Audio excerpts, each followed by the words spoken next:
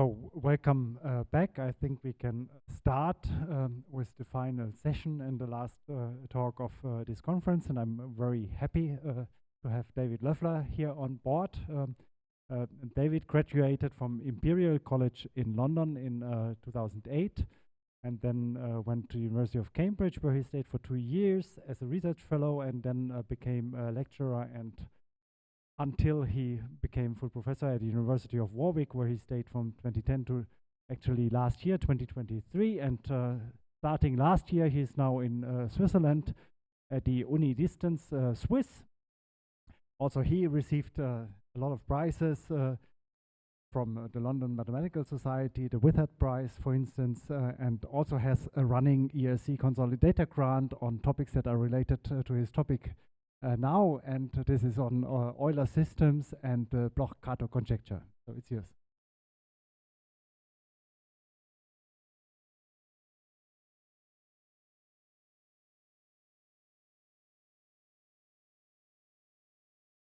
Right. Okay. Well, let me thank again the organizers for the invitation here. And I'd like to explain some of the work that my co-authors and I have been doing on Euler systems and the Bloch-Kato conjecture. And for those not familiar with the words in the title, I assure you that at least 3/4 of the talk will be explaining what those words mean. So I'd like to start my story well back in the middle of the 19th century with the work of Riemann and the famous Riemann zeta function. So this is a function of a complex variable defined by this sum where it converges and by analytic continuation for the rest of the complex plane. Riemann was not the first to study this sum, and it had already been noticed by Euler that you can write it as an infinite product over the prime numbers. But Riemann was really the first to appreciate the depth of this formula and how it allowed you to bring analytic ideas from complex analysis into the study of the prime number. So this is really the start of analytic number theory as a subject. And it uses this formula and its consequences to study the distribution of the prime number.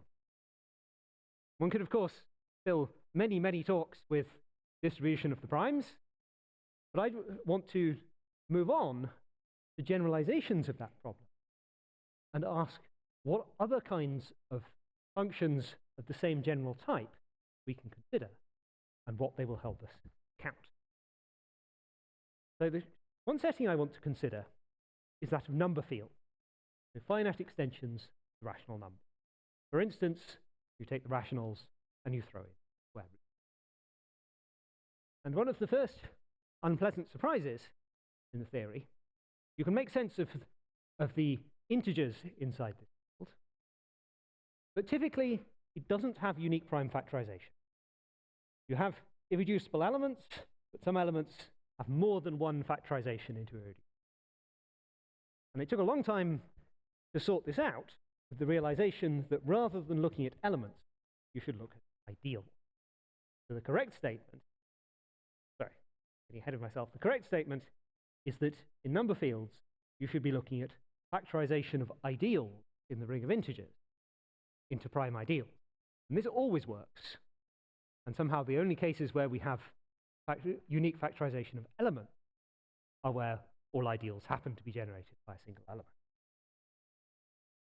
So these are the right generalization of primes, prime ideal number field. And Dedekind, one of the people heavily involved in setting up this theory, realized there was something like the Riemann zeta function for counting prime ideals. So he wrote down this sum over all the ideals, all non-zero ideals, sorry, in a ring of integers, 1 over the norm of the ideal here. And this has an Euler-like factorization as a product over prime ideal field. And you can use this as the starting point for an analytic investigation of how many prime ideals there are, how they're distributed, how their norm grows, etc. So this is one of many rich generalizations of the Riemann zeta function. But now I want to zoom in on something which you see for these zeta functions, which is perhaps a little too easy to notice in the case of the Riemann zeta. So this sum diverges if S doesn't have sufficiently large real part, so infinitely many prime ideals. So the Dedekind zeta function has a pole. But if you look at the residue of that pole, something interesting happens. So here is the analytic class number forming. So one of the first instances of a general idea, I'll come to in a moment, linking analytic properties of number theoretic objects to algebraic. So this says that the residue of the Dedekind zeta function at its pole has an explicit formula as a product of a whole load of stuff. And I don't want to define all of these things, but they're algebraic invariant, telling you about the algebraic property of your number field, its string of integers. So here's the order of the ideal class group. This thing is something to do with the units, discriminant, etc. Again, the exact definitions are not so important. The key moral here is that the leading terms of L functions, like the Dedekind zeta, are encoding deep arithmetic information in a surprising and unexpected way. So we have an analytic object which is encoding algebraic properties of a number. So that's a story about number fields. And as I mentioned, it's the tip of an iceberg. There's a whole load of other objects where you can build some kind of function generalizing the Riemann zeta function in some way, and then its values turn out to encode surprising things in algebra. So I'm going to lead up to one of those, which is the Birch-Swinnerton-Dyer conjecture, and the path to that goes through equations over finite. So here's an idea that we saw in Oscar's talk on the first day, that there's a family of fields that behave like algebraic number fields in many ways, but are in some sense more tractable. And these are what we call function fields. In particular, function fields over finite. So you take an algebraic curve over a finite field, so maybe y squared equals a polynomial in x or something, these guys, but with coefficients in the finite field f. And you look at the field of rational functions on that curve. And it turns out that the prime ideals, so the valuations of this field, match up with the points of your curve C. C is the curve defined by this equation. You can look at its points not just over Fp, but over any extension. And the Galois orbits of these, so the orbits of these up to the obvious automorphism, give you the points of the function. And with this in mind, you can write down this product. This chap here is Helmut Hasse, who was, I think, one of the first to consider the zeta functions of algebraic varieties over finite fields. And it's just given by naively imitating the definition of, or naively imitating the formula, giving Riemann zeta as a product of primes. And it turns out that you can also write this, you can massage the product into the exponential of a generating function for the number of points over each finite extension. As I said, you can look at points x, y with coefficients in Fp, but you can also look at all of the finite extensions. And this zeta function is somehow recording all of these. It's a generating function counting the points on our curve. And it turns out to have many rich properties.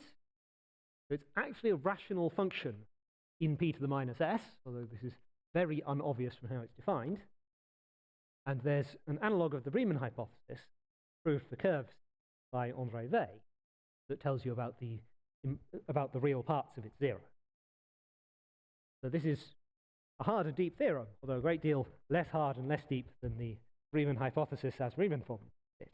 But it shows that some of the same rich arithmetic information is still there in these finite field zeta functions. But maybe we think curves over finite fields are a little bit too simple and we'd like to attack the more ambitious problem.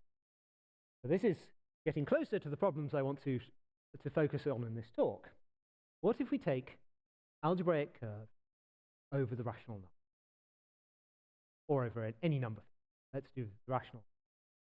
So I've drawn here an example of what we call an elliptic curve. So that's y squared equals a cubic in x. And I've marked some of the rational points on it. So the red dots are the rational points on this curve with numerators and denominators bounded by some large number. I forget what the large number was. It was several thousand. The points are fairly sparse. But you can show that there are actually infinitely many of them. And as you let the numerators and denominators grow, they become dense on this curve. This curve has a very ample supply of rational points. But that doesn't always happen. So the set of rational points can be finite. It can, in fact, happen that there are no rational points in the affine plane, although there's always a point at infinity. And there's a more refined question. This set of points actually has an abelian group structure. And it's always finitely generated, so it has a rank. But calculating that rank is in many ways the outstanding computational problem with elliptic curves. There are algorithms which seem to finish, but we can't prove that they always finish. And computing this rank is generally a very deep and subtle problem. So based on what we saw with finite fields, we can ask, is there some kind of generating function, something like the Riemann zeta function, that will help us to understand point?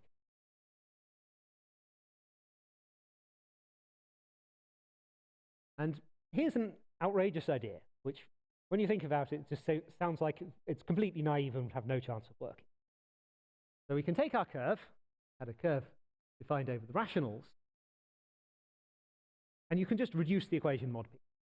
And maybe you need to throw away finitely many p where you have denominators that you can't reduce, but for all but finitely many p, this makes sense. So we have a Hasse-Weil zeta function for the reduction. And maybe those are going to reflect something about the arithmetic of the curve over Q. So here's the leap of faith. Maybe if our elliptic curve has lots of rational points, it should also have lots of points mod p, some sense of lots, at least on average as you vary over prime. And so the recipe is you just smash together all of the finite field zeta functions for all p into a product. You're going to call that the zeta function of the curve. And there's actually a slight refinement. And those who were paying attention in Oscar's talk will remember that the finite field zeta functions can be written as alternating products over terms coming from cohomology in different degrees. And I'm going to modify my product to get rid of the contributions from H0 and H2, which are kind of boring and easy to control, and isolate the interesting term coming from the H1. So this is what's called the Hasse-Weil L function of an ellipse. We've just got rid of the junk terms, and what's left is a product over prime numbers of some term telling us about the arithmetic of E reduced mod P. And we're just blindly hoping that this is going to tell us something about rational. Now, the great thing about these functions, the great thing about number theory in general, is that you can do experiments. You can make large calculations, you can let a computer run, and you can see what the numbers look like. So here I've taken 3 elliptic curves over the rationals. All of this rather precise form. These are related to something called the congruent number problem. Gives you a certain specific family of elliptic curves whose arithmetic you want to study. And I've taken these curves for 3 different values with the parameter n. And those weren't chosen wholly at random. They're values where the rank of the rational point group is respectively 0, 1, or 2. So for n equals 26, there's only finitely many rational points on the curve. For 31 and 34, there's infinitely many. But for 34, they're rather dense. There's more of them, is what the higher rank of the point group tells us. So this orange line marks the region within which the infinite product actually converges. This was one of the reasons why I modified it to get rid of the H0 and H2 terms, otherwise the convergence would be off over here somewhere. And so you can already see that there's something going. So this green line is a bit further down than the other two. So maybe the higher rank is being reflected in the properties of this function. But there is something much more interesting lurking beyond this orange dotted barrier. You might recall I mentioned that Riemann zeta has analytic continuation. You can take it from a function within the range of convergence and continue it beyond that to an analytic function on order C. And that's true for these L functions too.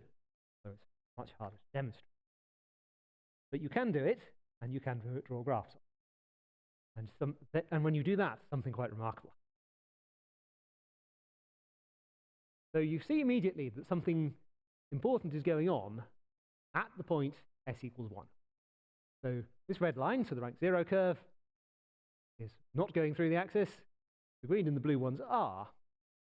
But this one is cutting through the axis, so there's a 0 of order 1. And there's a higher order 0, in fact a 0 of order 2, for this higher rank. So the orders of vanishing are 0, 1, and 2, exactly matching the ranks of the corresponding point.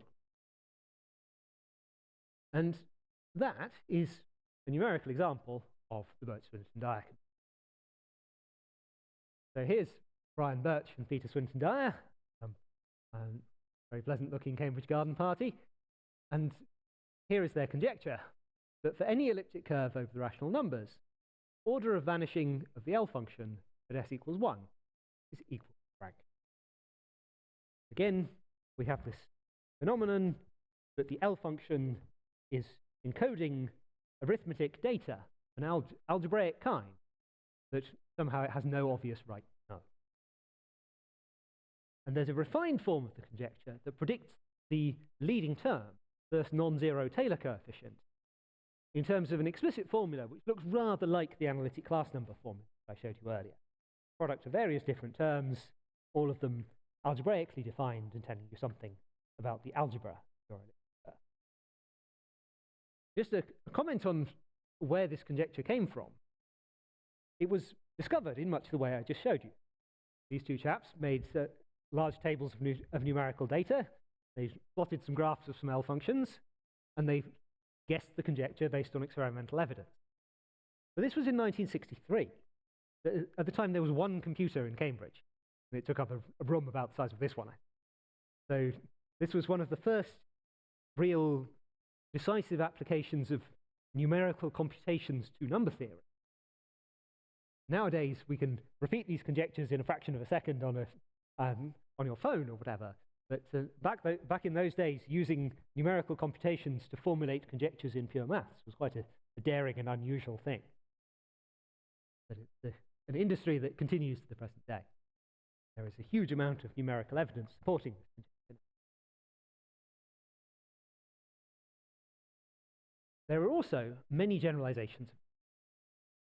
I've led you through a chain of conjectures getting up to this one, but you don't have to stop there. There are lots more things you can attach L functions.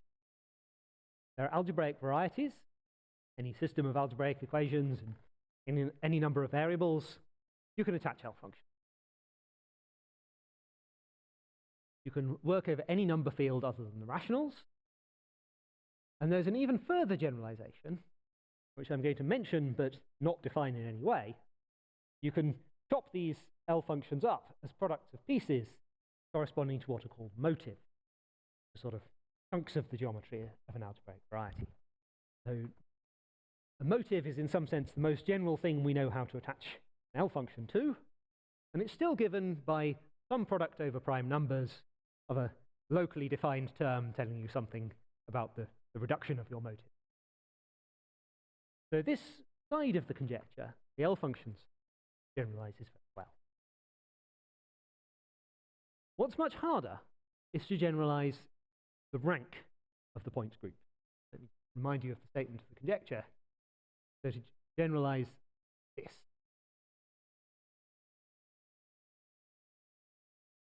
Most algebraic varieties do not have this happy property that elliptic curves do, that the set of their rational points is an abelian group. There are some so-called abelian varieties, and when that group structure exists, you can use it, and you get a good conjecture. But for most varieties that do not have a group structure, and for most motives, it's much less clear what the correct conjecture should be. So for a long while, there was quite a mystery what the correct generalization of the Birch-Swinnerton-Dyer conjecture to an arbitrary motive should be. And this was solved in 1990 by these two chaps, Bloch and Kato, who defined something called the Bloch-Kato-Selmer group. So this is defined in terms of Galois cohomology. You cut out some nice subspace inside a Galois cohomology group that turns out to be the right analog of the point group for an elliptic curve. They conjectured that the rank of this group was given by the order of vanishing. So now, for any motive and for any integer point, we have an arithmetic interpretation of that order of vanishing. And there's again a refined form that predicts not just the order of vanishing, but the leading term in terms of finer arithmetic invariance, in this case coming from the cohomology of lattices inside the p-adic realization process. So we have this conjecture in very great generality. But sadly, we know much less than we would like to about this. We're probably many centuries away from being able to prove the Bloch-Kato conjecture in full generality, but nonetheless, there are some strong non-trivial results. I'd like to share one of those with you, which is a theorem due to Kolyvagin. This is Victor Kolyvagin, grinning very broadly in this picture, and I think he has a right to be grinning because he's proved this wonderful theorem. And this says that if the order of vanishing, the analytic side of the Birch-Swinnerton-Dyer conjecture is small, it's 0 or 1, then the conjecture holds. Rank of the point group corresponding to 0 or 1. And this might seem like a fairly humble set of cases to attack, but actually, in a very well-defined sense, the rank is almost always 0 or 1. And elliptic curves of rank bigger than 1 are sporadic and on average happen 0% of the time. And these are subsequent results, mostly due to Manjul-Bhargava. They weren't proved at that time, but I think it was already expected at that time that the rank 0 and 1 case was, in some sense, the most important generic case. Well, be that as it may, and under these hypotheses, order of vanishing 0 or 1, there's been steady progress since towards proving the leading term formula. Due to many, many authors, including some small contributions from me, and the idea of this game is you pick a prime number and you try and prove that the p-adic valuation of the leading term is equal to the p-adic valuation of what it should be. And we now know that for any given curve of rank 0 or 1, we know it for all primes outside an explicit finite. People are chipping away at how large that finite set is, and it doesn't seem impossible that this rank formula might be proved in general. Sorry, the leading term formula proved in general. And an important point about this theorem, originally, it was not a theorem about elliptic curves, but a theorem about modularity. I'll say more about modularity in a moment, but at the time, it was conjectured that all elliptic curves were modular. It was an open problem. And now, since this theorem was proved, that hypothesis has been removed, thanks to Andrew Wiles and other people who came after him and who have successfully proved that all ellipses are in fact modular. So for elliptic curves of small analytic rank, we're in pretty good shape. Unfortunately, we know virtually nothing for higher orders of vanishing. This is really the big mystery. None of the techniques stick. You can't find any systematic way of producing points, any good way of studying the higher derivatives of the L function. We just know that. So that would be a wonderful problem to work on if anybody has any ideas, but it's very much a mystery. Now let me say more about this notion of modularity. This is to do with the upper half plane, so the complex numbers of strictly positive imaginary parts. And this has a natural hyperbolic metric, large symmetry group, and you might be familiar with these kinds of pictures of tilings of the upper half plane by ideal polygons, etc. It's a very, very well-studied geometry. And in particular, this group of 2 by 2 matrices of integer entries, determinant 1, and bottom left corner divisible by a fixed n, will act on the upper half plane. I've drawn here the n equals 1 case of the resulting tessellation, and I've also drawn a suspiciously similar engraving by Escher. So these are apparently modular lizards, possibly quaternionic modular lizards. I'm not quite sure what the symmetry group is, but it's certainly exhibiting the same kind of geometry. So what does this have to do with elliptic curves?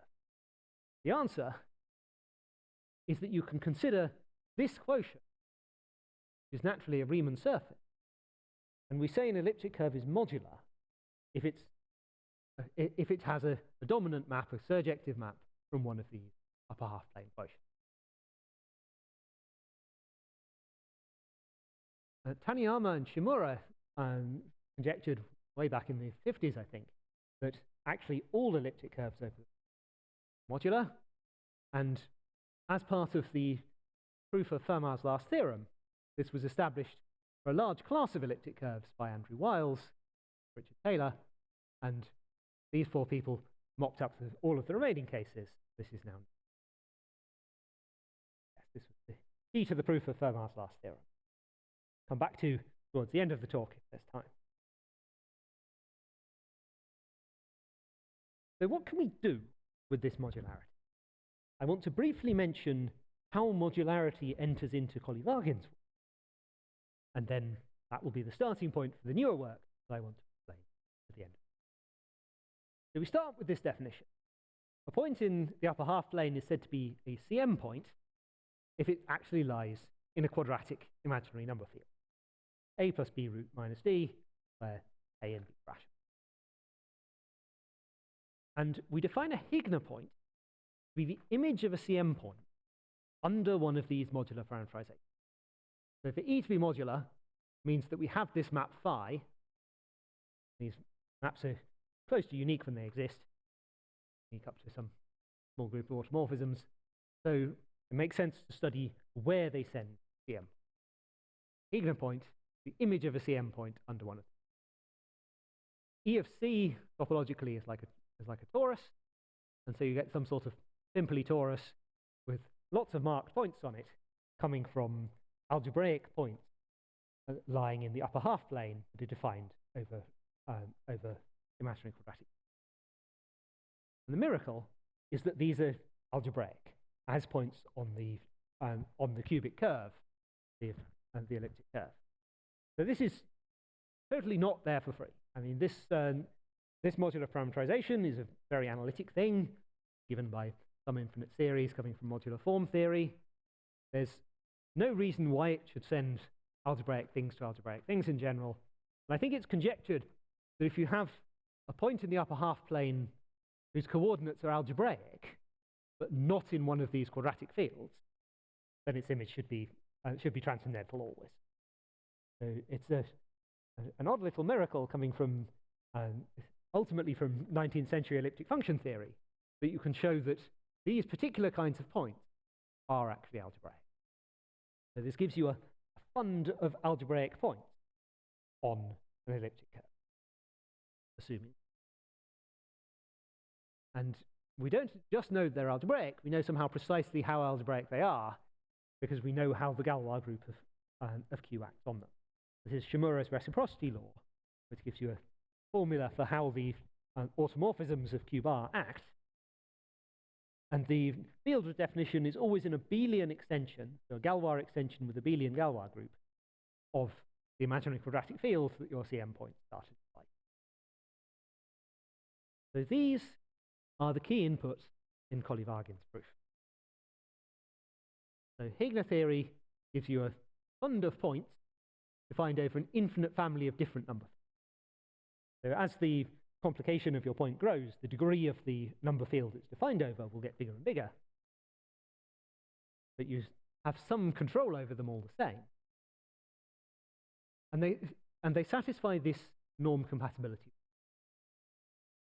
If you look at two different fields of this kind, so two different ring class fields, one of the conductors M and N dividing M, then the point over the bigger field, you norm it down to the smaller field, sum its Galois conjugate. You get something defined over the smaller field. And first naive guess is this should be equal to Cn. And in some cases that's true, but in general you have to modify it by these correction terms. And what are the correction terms? They're coming from the Euler product for the L function. So this is the first hint that these points are somehow related to the L function that we're trying to study, conjecture. They satisfy this norm compatibility condition, which is in some sense, if you squint at it, a sort of algebraic avatar of the Euler product defining the L function. And this is the key to what we call an Euler system. An Euler system, a collection of widgets, some appropriate kind, satisfying a norm compatibility relation with Euler. Now, for this particular Euler system, you can show that the bottom class, the C equals 1 class, is non-zero, is non-torsion in the elliptic curve point group, if and only if the L function has order of vanishing. Famous theorem of Gross and Zagier. And so when that holds, the entire Euler system is non-trivial. Something has non-trivial norm, it had better be non-trivial, so we have a rich supply of non-trivial points over many different. And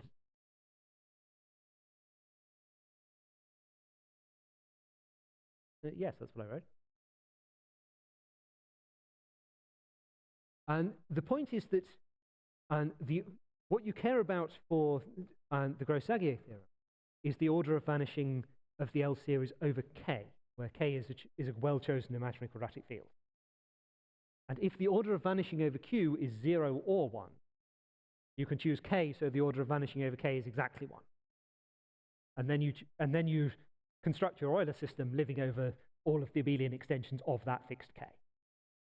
And in fact, showing that you can choose a good K involves some analytic number theory due to, I think, Bump, Friedberg, and Hofstein. There's another ingredient in this that I was hoping to sweep under the carpet. But yes, less than or equal to 1 is the correct. The technical heart of Kolyvagin's proof is a very delicate calculation with duality theory in Galois cohomology. So out of these points defined over a range of different number fields with precisely controlled ramification at the primes dividing n, you can sort of use this to build a fence around the rational point, if you Galois cohomology classes with no ramification, by having a large supply of points with carefully controlled non-trivial ramification. You can bound the number of points that have no ramification and hence get a bound on E. And the bound you get is either this group is, well, I wrote it 0, but I was thinking of after extending to Q, either it's finite or C1 generates it up to a finite. There are precise conjectures and partial results towards them bounding that index, C1, in the point group, which is equivalent to the leading term formula in the BSD conjecture in analytic rank 1. So this is an overview of Kolyvagin's proof, and it was the first example of what we now call an Euler system. And of course, when this came on the scene, everyone was immediately asking, are there more Euler? Can we play this game in others? That's where I want to move on to some newer work describing the hunt for further Euler systems and some of the successes and some of the failures that have happened along the way. So, key question, are there Euler systems for other L functions, other motives, where one would like to attack the Bloch-Kato? It's not even obvious what this question means, but there is now a definition of what an Euler system should be. And the fiddly duality theory part of Kolyvagin's argument generalizes. So we know that if these guys exist, if there are non-trivial Euler systems for your favorite motive M, then it gets you a long way towards proving Bloch-Kato for M. Unfortunately, actually constructing those Euler systems is the hard part. There are two easy examples, both of which come from units in number fields. So these are giving you motives of dimension 1. So you have the cyclotomic units lying in abelian extensions of the rationals, and elliptic units lying in abelian extensions of the imaginary quadratic field. So these are very powerful and tell you lots of interesting results in Iwasawa theory. But they're restricted to this one-dimensional set of units. And besides Kolyvagin's Euler system, I mentioned earlier Wiles's work on Fermat's last theorem. So some of you who are old enough to remember the news stories around the time or the TV documentaries that were made based on this and so on might remember that the words Euler system cropped up in that context as well. So Wiles tried very hard, but ultimately unsuccessfully, to build an Euler system for something called the symmetric square motive of an elliptic curve. This would have been one way of attacking modularity of generalization. But I mean, as the history tells us, that didn't work, and he found a different method that got him to his goals very successfully. But that was one non-example where people tried to construct an Euler system, didn't succeed. I'll come back to. And one construction that was dramatically successful was due to Kato. It was published in 2004, although I think it had been in the works for about a decade before that. So that was an Euler system for modular form. But after that, there was the pipeline just dried up. So for 10 years, there were no new Euler systems. And there was a kind of growing pile of theory saying if you have an Euler system, you can do this and this and this wonderful thing with it, but the examples were just not coming. And by a good deal of luck and being in the right place at the right time, my co-authors and I managed to get the pipeline moving. So in 2014, together with Antonio Lei and Sarah Zervas, I was able to construct an example of a new Euler system attached to the convolution of two modular forms, so corresponding to the tensor product of the Galois representation. And the 2014 paper has everything in this theorem except the word non-trivial.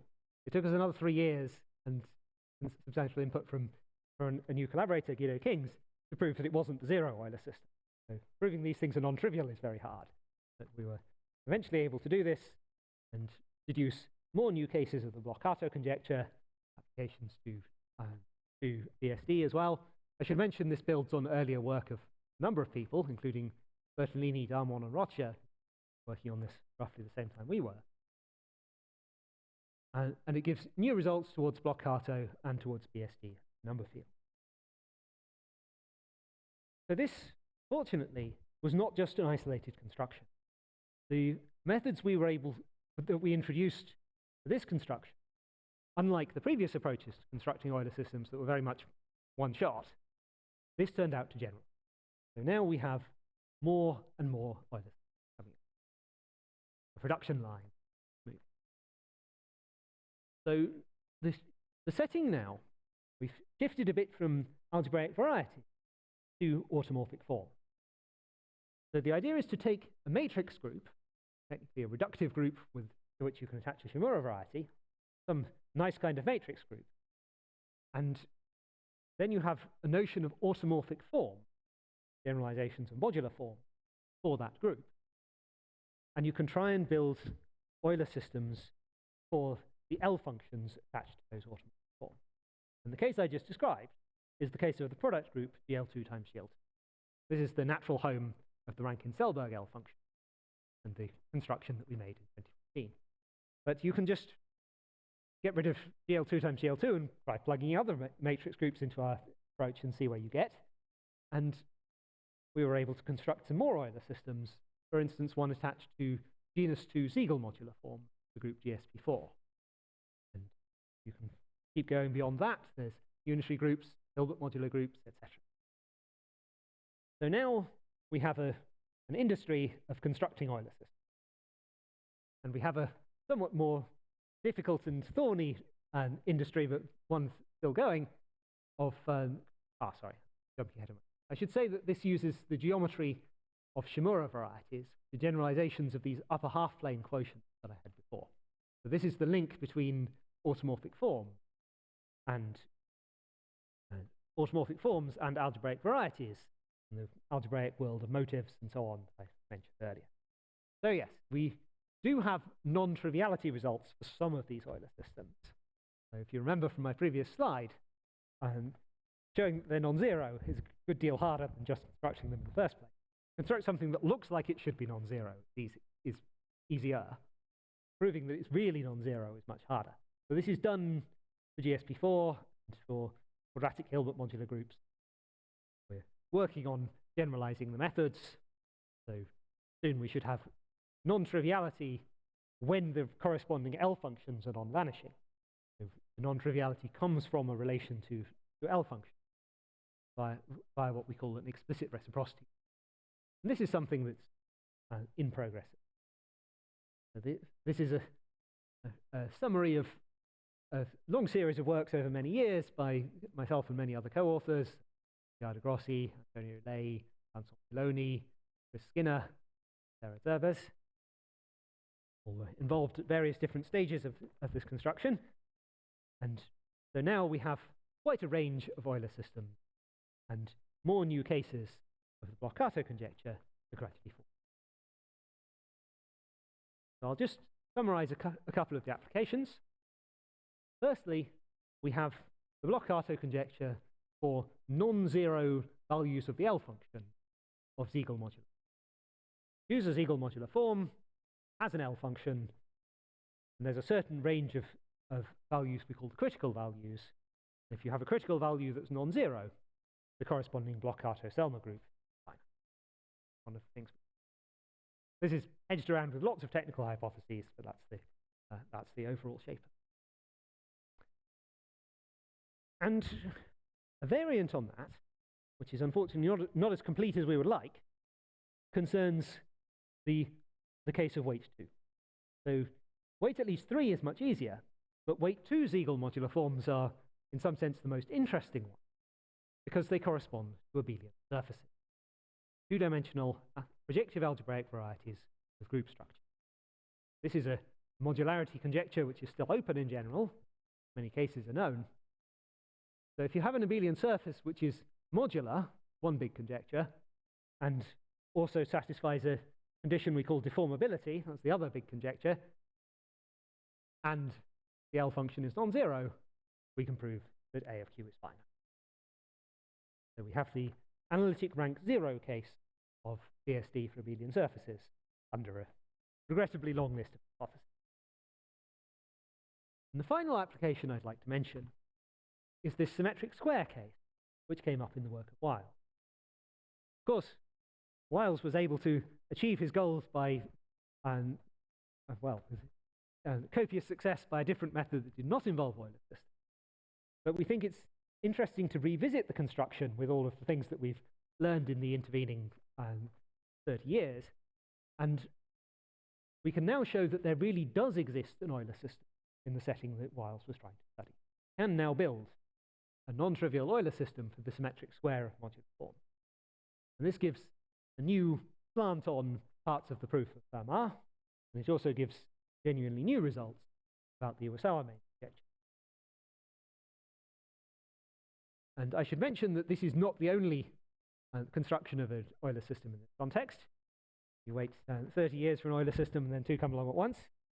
So we had a a semester program on Euler systems at MSRI in the early part of last year.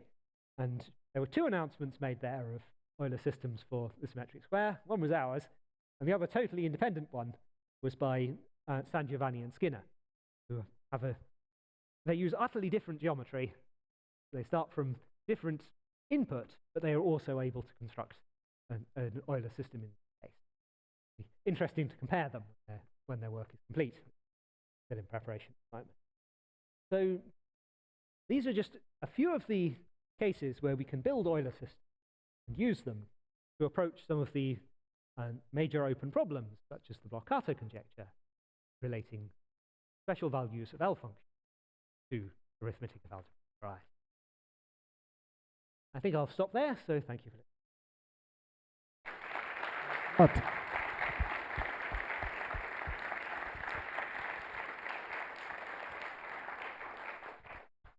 Yeah, thanks for this nice talk. Are there questions?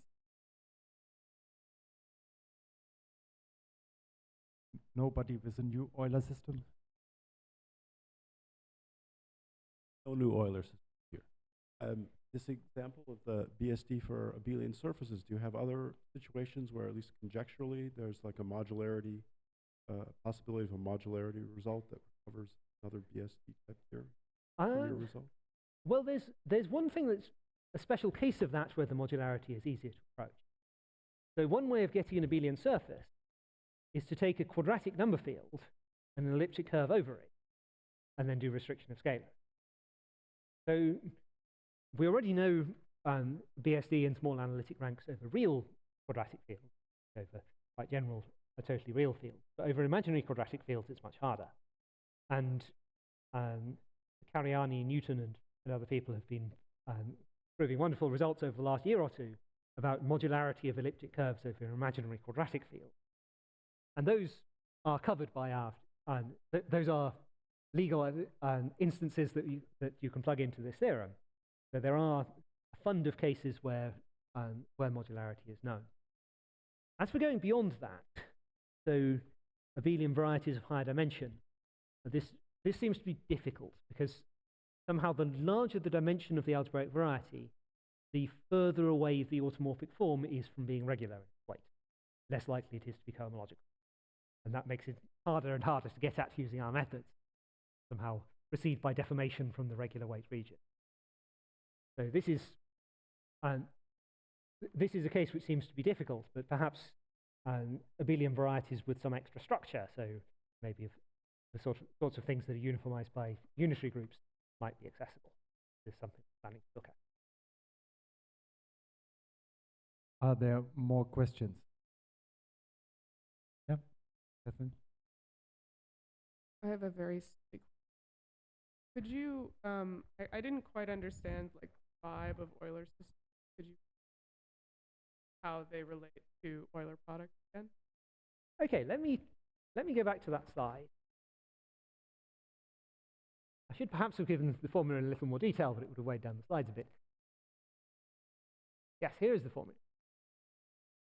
So this is what happens when you compare, in Kolyvagin's case, points, more generally cohomology classes, defined over different number fields.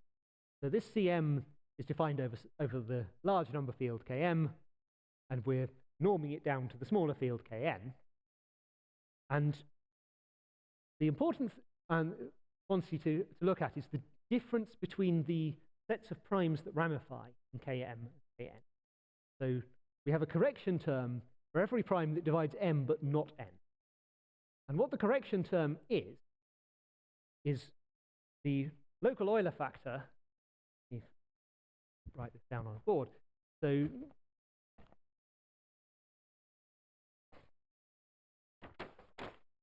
the L function looks like L of E S equals product of Pp of p to the minus s, 1, product over prime is p.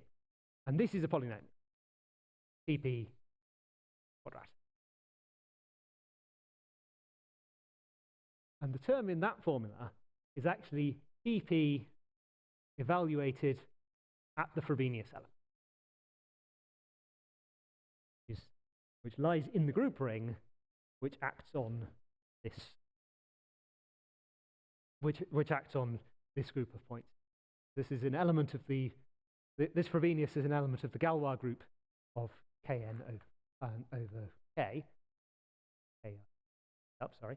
Anyway, it's an automorphism of Kn, so you can make sense of how it acts on the point at the end.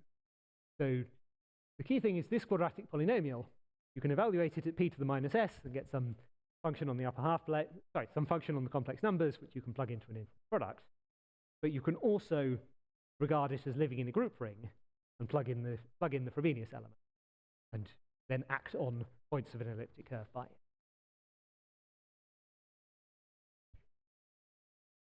How is Cn related to PP of Frob P? Are you just saying we can rephrase that Euler product in terms of PP of Frob? I didn't quite catch what Cn was.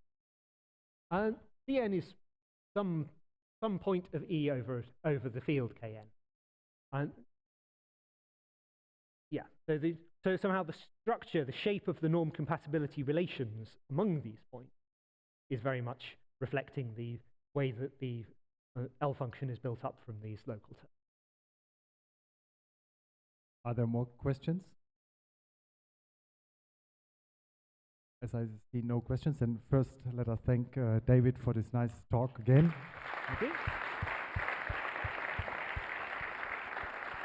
And so as we are now at the end of this conference, let me first thank all our speakers, not just David, again for this broad and deep insight into mathematics in various fields.